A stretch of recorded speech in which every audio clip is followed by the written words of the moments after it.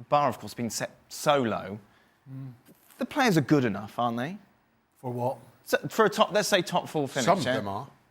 This is a team that should Well, you say that, and then you look at... So you take Liverpool and City out of the equation because they seem to be a cut above. Yeah.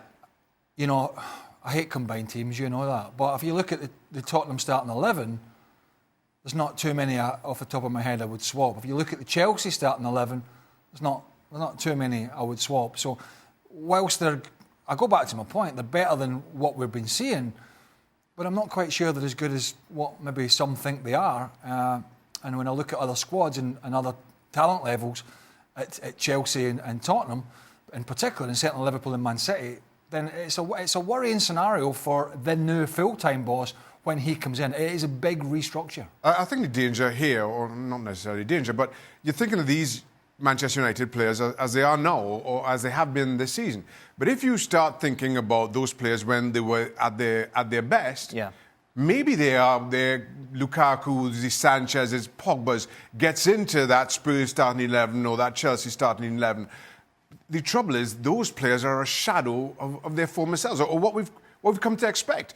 2 years ago, we were doing side-by-side comparisons between Lukaku and where else can he necessarily fit in. And he pretty much had a choice. And now all of a sudden, I'm not sure where he goes outside the top 6. I don't mean financially here, but I think we've done... I think this works for everybody now. Right.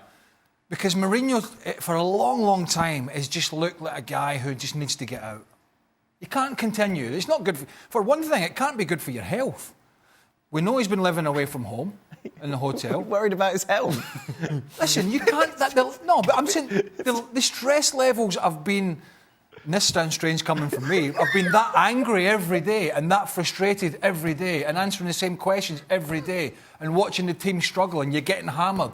We're not asking who wants to win the Ballon d'Or to him. No, but it looks... He's embattled in there. I mean, it looks like...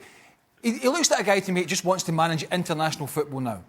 When it's not the day-to-day running. Now, he might want to come back in somewhere in a different league, somewhere else at a big club. I don't know.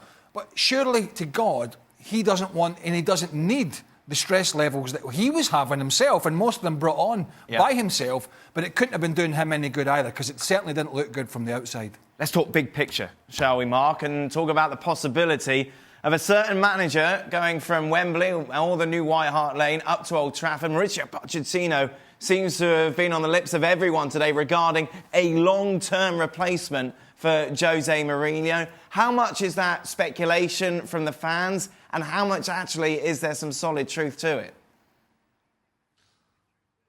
No, it's solid. You know, people at the club are big fans of Pochettino. It's not been a surprise for a while. When Louis van Gaal left the club, United were keen to speak to Pochettino when they spoke to Ryan Giggs and Jose Mourinho.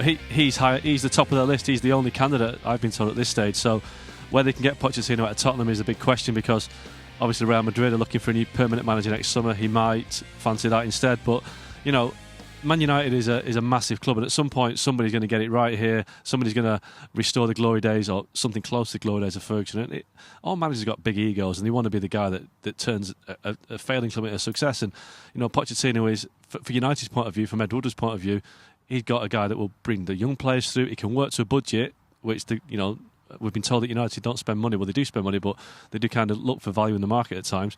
And he's a guy that plays attacking football as well, so he does tick all the boxes.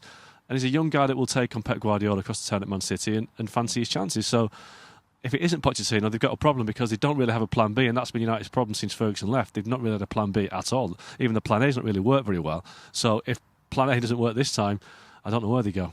It's interesting you take a look at the odds, Jules. You've got Zinedine Zidane and Laurent Blanc in the betting as well. Could there be a French connection to Old Trafford? Yeah, I think, Laurent Blanc for sure is very keen on the job. He would love to have it. Him and his camp have been pushing for it. He was not offered anything. Today, I was told that he had been part of some of the conversations inside Old Trafford between some key members of the hierarchy at the club. I think he has his support for sure in there. However, I think he's a long way back behind Mauricio Pochettino, and I think even Zidane probably will look a better fit for some people at United, although the problem for Zidane is that he doesn't speak the language, and it's something that is very important for him to be able to communicate with his player. We know that a lot of his managing qualities are about man management, about being close to his dressing room, close to his players, and obviously with not much English or not English at all at the beginning, it will be very hard for him to do that. So I don't think either of them really is in the running right now for a longer term, but if United couldn't get Pochettino, I think Zidane might be just ahead of Blanc in the running.